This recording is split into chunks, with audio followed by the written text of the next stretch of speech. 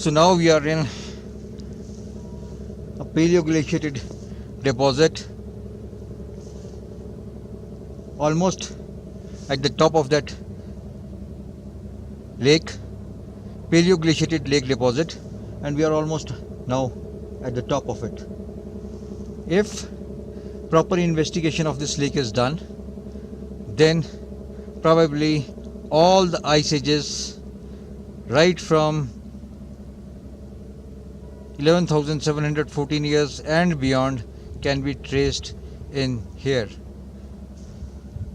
We are almost at the top.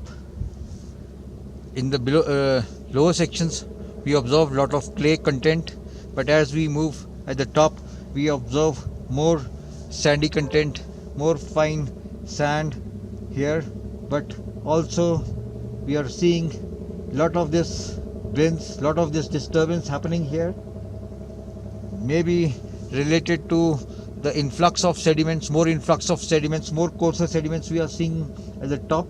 Here we see, you see,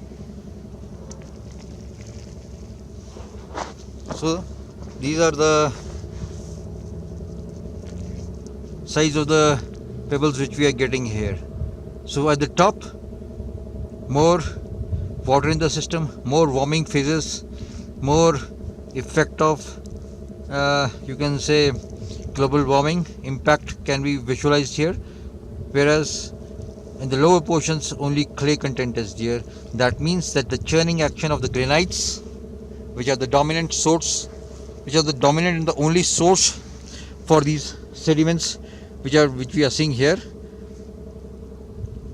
the granites, the Ladakh, from the Ladakh batholith are the main source of these sediments, and these are also of granite origins. What we are seeing here, these are almost flattened and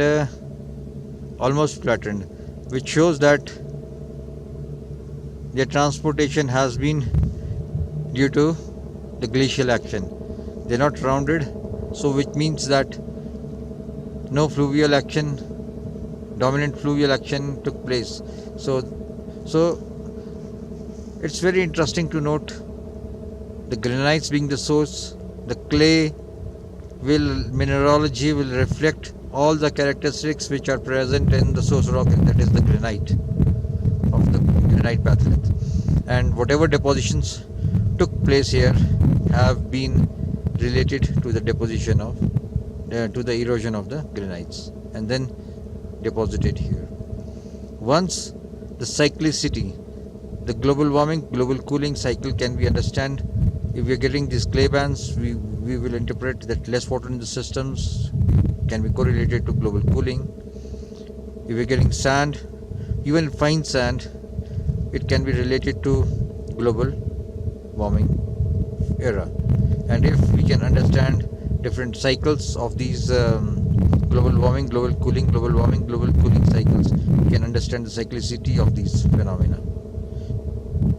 And this could be the typical example of understanding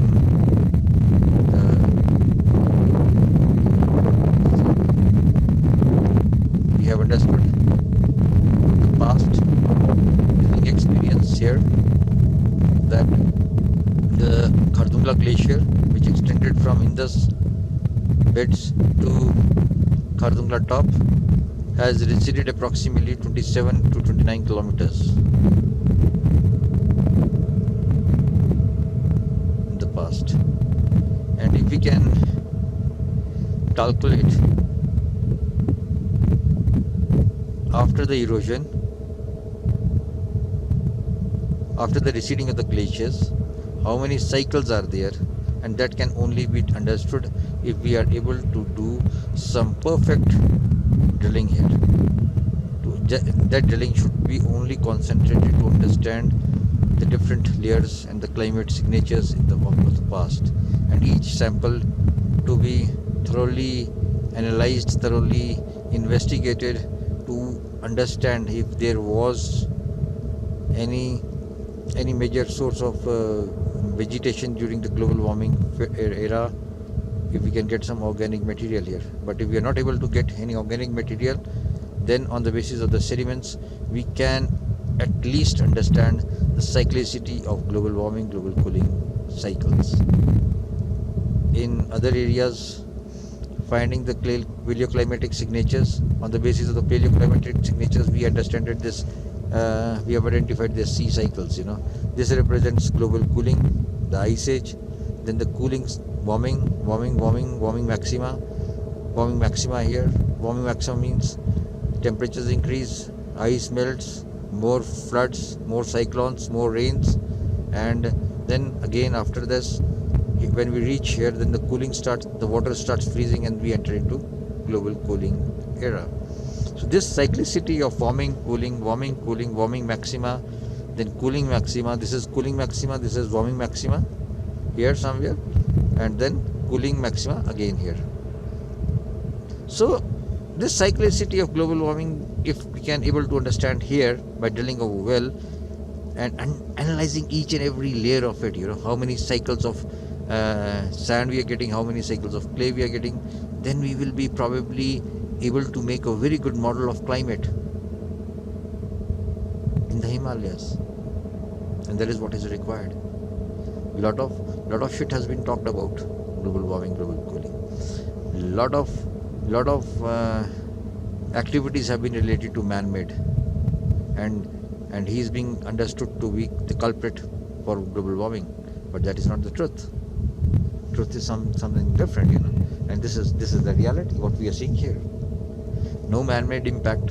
Still the glaciers, the major glaciers in Himalayas receded at a very faster pace after the last ice age, which is believed to be around 11,715 years.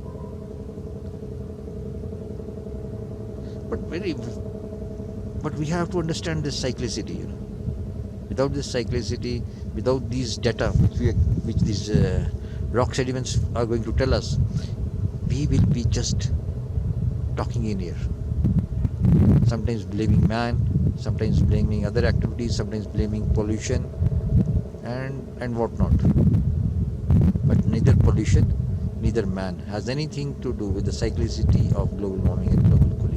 This is what we can establish here. The uniformity, the uniformity of this cyclicity. Sometimes we are getting more of water, sometimes we are getting less of water, but that cyclicity has to be maintained in a number of years. If more water, more thickness of sediments, If less water, lesser sediment thickness, lesser erosion, and that those also compact beds represent the same time frame. So that is very interesting. I'm sorry to say that after 20 years now, I have been able to come to this place, which I should have been should have come very earlier. This is lot to say, lot to analyze, lot to study,